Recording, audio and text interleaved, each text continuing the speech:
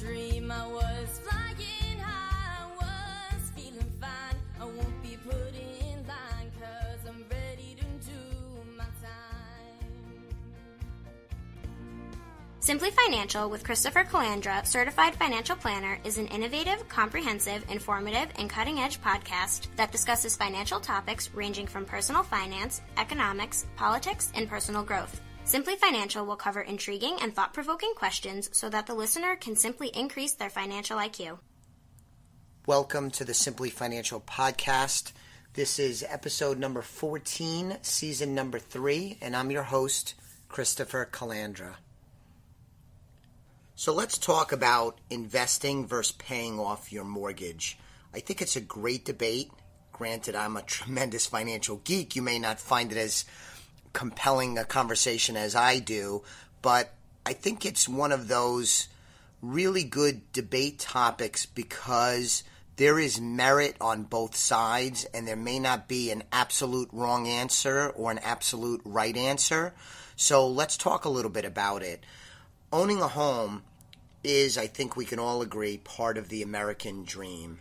And we could probably also agree that a mortgage can be a huge burden. So paying off that mortgage is without a doubt a worthy goal. Before we get to the key question, though, let me give a word of caution. Don't overbuy your house. Don't borrow as much as you're approved for. If you buy so much house and it soaks up all of your cash flow, all of your discretionary income, it will cause problems in your efforts to live a good life, a balanced life, and to build wealth. It's just not smart. I know when my wife and I, we've owned, since we're married, 2 homes. And in each instance, we were approved for way more of a mortgage than we actually decided to take on. So be very careful about that. You could end up with a big problem if your mortgage payment is way too high relative to your income and also relative to your wealth. You want to make sure that there's money in your budget, even after a mortgage, so that you could save, invest, pay down the mortgage faster, and generally enjoy your life. So some points to consider. Number 1 is, what is your mortgage interest rate? The lower your interest rate, I think it decreases the urgency and the motivation to pay off your mortgage earlier. So I know I'm going to talk a little bit on and off through this discussion about my own personal situation. I still have a mortgage. I'm 48. That will be paid off probably within the next 12 months, and then I'll be mortgage free. But my mortgage, we refinanced some years ago to a 15-year mortgage at a 3.75% rate. And there were times through that mortgage where you could have gotten a little bit of a lower rate, but more recently, with interest rates having gone up over the last couple of years, my interest rate is pretty attractive relative to current interest rates today. And that 3.75% was never so high that I felt that it was strangling me.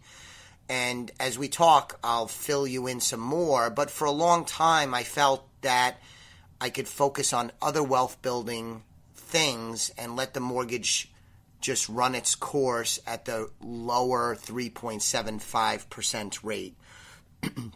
But you do want to look at what your mortgage interest rate is. If you have a mortgage rate, and in today's environment, you don't see this much at all, but I know my first mortgage that I took out back in 1993 when I bought my first condo in New Haven, Connecticut, my interest rate was 8%. If I had an 8% mortgage today, I would have a lot of urgency to deal with that sucker. Number 2 is, do you have an emergency fund? We talk on this podcast, and when I meet with clients as a certified financial planner with Elliott Wealth Management Services, you want to have liquidity. And it's part of not having too big of a mortgage where you don't have any other assets and any other resources at your disposal. But before you start paying down your mortgage, I would want to make sure that you have some liquidity. Let's call it an emergency fund. So if the car breaks down, there's a job loss, there's some type of trouble, that you do have money available to you. It's great to have equity in a home and even to have a home that's paid off, but in certain circumstances, you may not be able to access that wealth, to access that equity. So you do want to make sure that you have adequate liquidity, you have funds available for an emergency. So before I pay down a mortgage, I'd make sure I have enough liquidity. Number 3 is, how comfortable are you with debt? This is a subjective thing, but I know people that I've met that are very comfortable with debt, and it doesn't bother them in the least. They feel that if they're getting good interest rates, they're acquiring assets, that they have a good plan, and they're leveraged properly, and we could debate whether this is a good strategy or not, but they're comfortable with debt. I've also met other people that if they have even a little bit of debt, they feel like they're being choked. These are people that they might get a bill in the mail and pay it immediately because they don't even want to set it aside for the week. And you want to factor this in because this is personal finance. Some decisions are clear-cut, but many are subjective based on your own personal situation, your own goals, objectives, history, all of those things. But I think a thought about how comfortable you are with debt does factor into this decision. Number 4 is, do you have other debt, especially other debt with higher interest? So if I meet someone and they have a mortgage and they may have, let's say, a student loan, a credit card debt that they're carrying month to month, and a car loan, probably all 3 of those other debts probably have a higher interest rate than the mortgage. Certainly none of them are tax deductible, but the mortgage might be. So before I would suggest that you hammer away at the mortgage, is you should eliminate those debts, hammer away at those debts first and eliminate them before turning your attention to the mortgage. And there's a lot of reasons for that. Interest is a big one. Freeing up cash flow is another one. Simplifying your life is another good example. And so I wouldn't be paying down the mortgage. I wouldn't be in a rush to pay down the mortgage if you have other debt, especially consumer debt. What am I up to? 1, 2, 3, 4. Number 5, mortgage insurance. So let's talk about this. If you buy a home and you do not put 20% or more as a down payment, part of your monthly mortgage payment will include mortgage insurance. Now, this mortgage insurance is not to protect you, but rather to protect the lender. Because if they had to foreclose on you, they would be able to go collect on the insurance for the difference that might occur between what they could sell the foreclosed property for relative to what they are owed. And it could add a decent amount of money to your mortgage payment. Ideally, if you buy a home, you put 20% down and it's not an issue.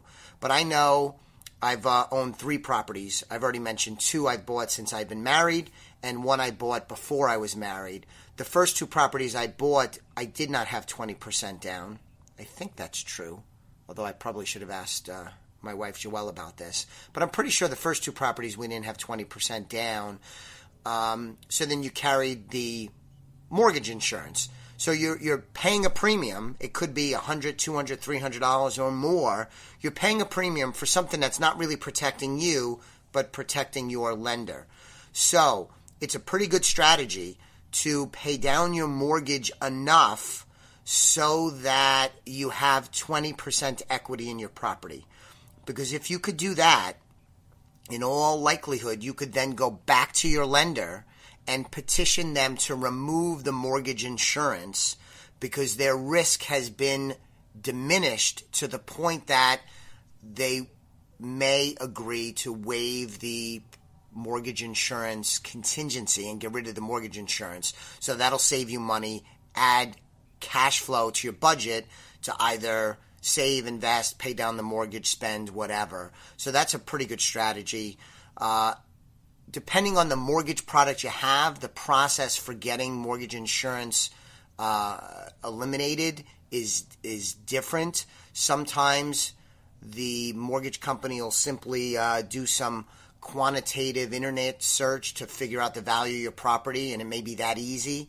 Other times they may make you pay for an appraisal, and then if the results of the appraisal are satisfactory, they'll get rid of the insurance.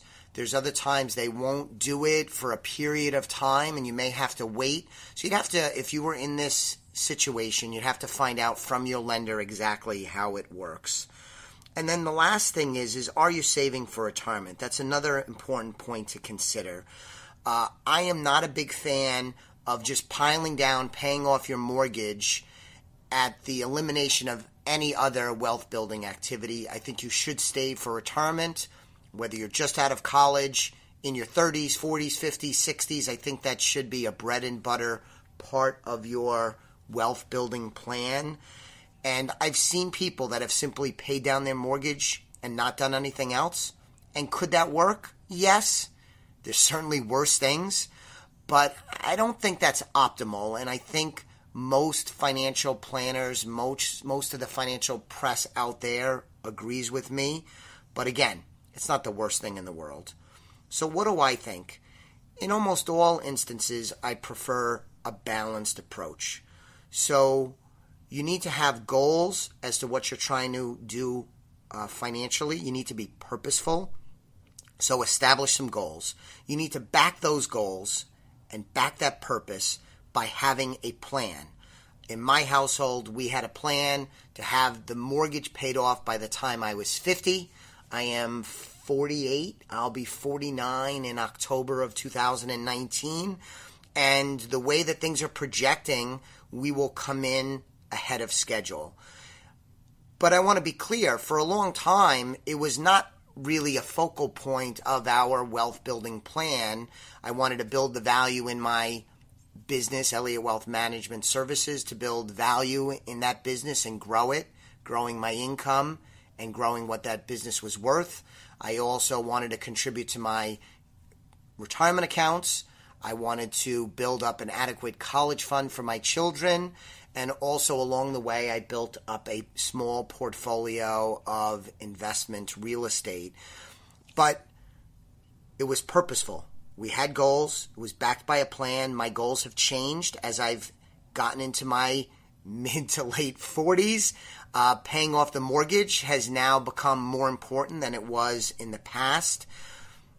At younger ages, I'm less concerned about paying off the mortgage early.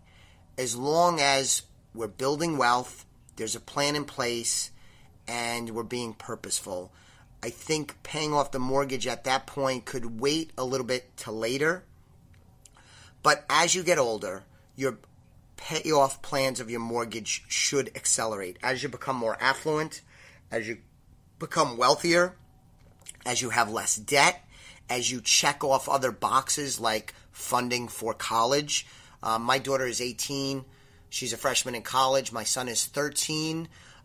We're not currently putting money into either of their retirement accounts. We believe at this point that they're funded enough as part of our plan for getting both of them through school. So we're not putting money in the college funds. But 5-10 years ago, we were. And that's an example of how things have evolved. Our goals have changed. And part of that is we checked off that box.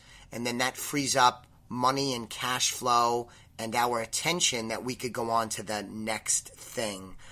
I do believe very, very strongly, though, that you should have your mortgage paid off before retirement. Do you have to? No. Are there people out there that retired well and have a mortgage? Of course.